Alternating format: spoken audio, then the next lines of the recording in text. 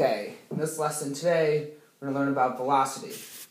Through the lesson, we're going to learn how to explain the difference between speed and velocity, calculate velocity, and resultant velocity. So we've been learning about speed.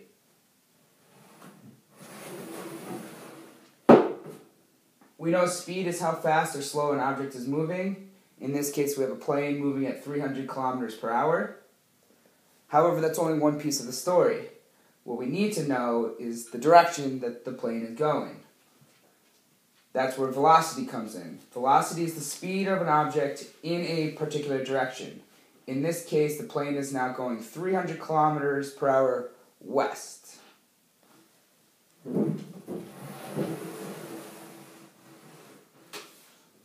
Velocity has the component of direction because it is a vector.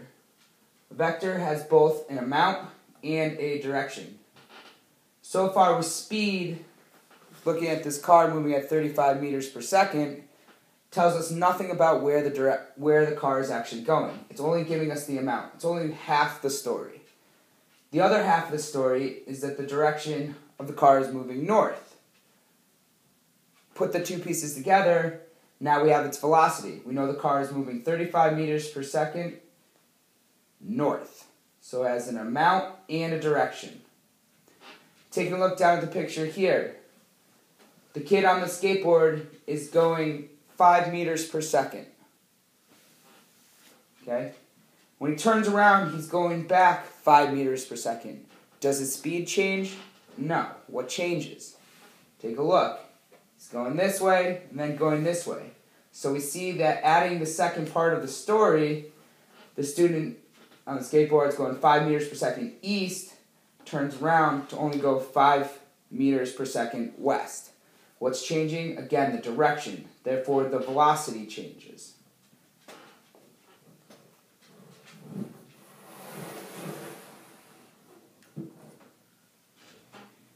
Just like our speed triangle, we can take out speed and we can put in velocity. We can solve for velocity all the same ways we can solve for speed by just simply covering it up. If we have to solve for velocity, just like we've done before, cover up velocity, distance divided by time. If we have to solve for distance, cover up distance, it's velocity times time. If we have to solve for time, cover up time, it's distance over velocity. We have to remember, there's two components to velocity. There's the amount and there's the direction. Take, for instance, someone on a motorcycle, traveling 50 meters southwest and is traveling for 5 minutes. What's her velocity? We set up the velocity same way we would set up our speed equation, except now we're solving for velocity. Distance divided by time. 50 meters southwest divided by 5 minutes. Our velocity now is 10 meters per minute southwest. We have two components. The velocity has both the amount and the direction. You need to include both when being specific to velocity.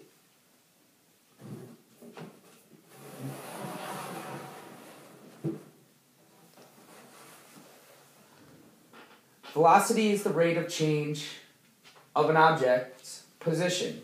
Rate is just a fancy word for speed. Position, fancy word for direction. A constant velocity is only constant if the motion along the line is straight. So your car is traveling straight at a constant speed, never changing direction or changing its speed. Velocity changes if the speed or direction change. So say you're on a school bus. If your school bus driver is driving straight down the highway and goes from 65 kilometers per hour to, say, 70 kilometers per hour, but you're still heading in a north direction, you're still changing your velocity because one of the two components are changing. Remember, velocity has both the amount and the direction. If the amount changes, like we just saw with the bus moving from 65 kilometers per hour to 70 kilometers per hour, now that bus has changed its velocity. Same goes if we change the position of the bus. If the rate stays the same, if that bus is still going say 15 kilometers per hour, and now all of a sudden takes a left-hand turn.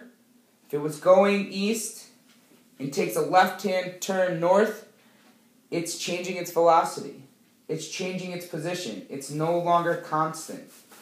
A velocity is constantly changing if a rate change or positions change. If both of them change, the velocity is still changing.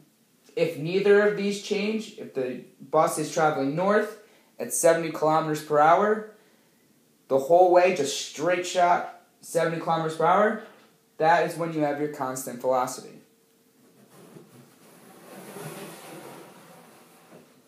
However, if your velocity does change, what you do is you get a resultant velocity.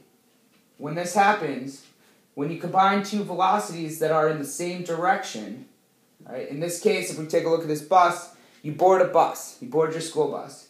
Your school bus is driving to school. Okay? As the bus is pulling up to the school, you decide to get out of your seat and start walking forward. You're walking in the same direction as the bus is moving.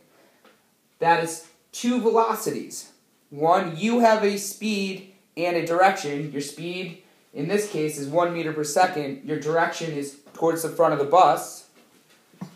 And the bus has a speed and direction. 15 meters per second, heading towards school the same way. So same direction, you add them. So our bus is going 15 meters per second east, plus 1 meter per second east, you walking towards the bus in the same direction. Your resultant velocity is 16 meters per second east. However, if you're getting on your school bus and your school bus driver decides to start driving before you've taken your seat, if the school bus driver starts driving and you're walking to the back of the bus to get that awesome back seat, subtract the smaller velocity from the larger velocity. Okay? The bus is moving this way at 15 meters per second. You're walking to the back of the bus this way at 15 meters per second. So you have opposite velocities. Okay? You have a speed in a direction. The bus has a speed and direction. In that case, you subtract them.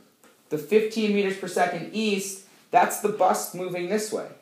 You're going 1 meter per second west. That's you going towards the back of the bus. Your resultant velocity is 14 meters per second east. That's going to sum it up for velocities. Herman, come here. Come here. Come here.